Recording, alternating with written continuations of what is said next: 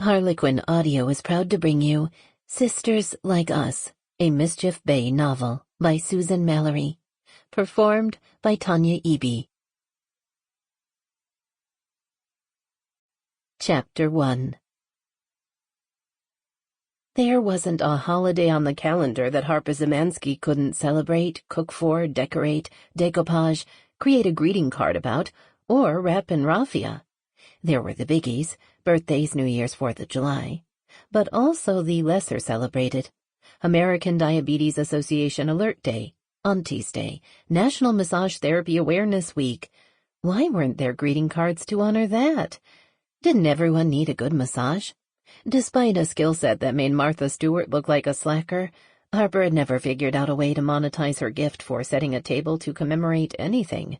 She'd tried catering about 10 years ago, but had quickly discovered that her need to overbuy and overdeliver had meant losing money on every single job, which left her in the awkward position of trying to make a living the hard way, with 2 semesters of community college and 16 years of being a stay-at-home mom.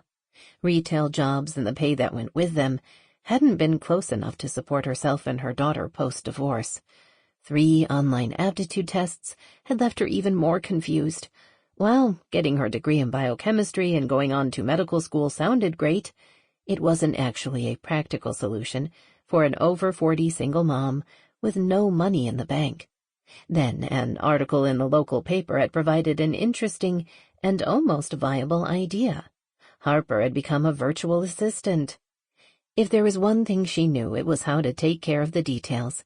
You didn't get good at a basket weave 4th of July cake without paying attention. 1 year after filing her business permit, Harper had 5 main clients, nearly a dozen more who used her services intermittently, and almost enough income to pay her bills. She also had her mother living in the apartment over the garage, an ex-husband dating a gorgeous blonde who was, wait for it, exactly 14 years younger than Harper because they shared a birthday, a 16-year-old daughter who had stopped speaking to her, and a client who was desperately unclear on the concept of virtual in the world of virtual assistants. "You don't have to drop off your bills every month," Harper said as she set out coffee, a plate of chocolate chip scones that she'd gotten up at 5:30 that morning to bake fresh, a bowl of sugar-glazed almonds, and sliced pears. "And miss this?" Lucas Wheeler asked, pouring himself a mug of coffee. "If you're trying to convince me coming by isn't a good idea, then stop feeding me." He was right, of course. There was an easy, logical solution. Stop taking care of people and they would go away, or at least be around less often. There was just one problem. When someone stopped by your home, you were supposed to take care of them. "I can't help it," she admitted, wishing it weren't the truth. "It's a disease. I'm a people-pleaser. I blame my mother." "I'd blame her, too, if I were you." She supposed she could take offense at Lucas's words, but he was only stating the obvious.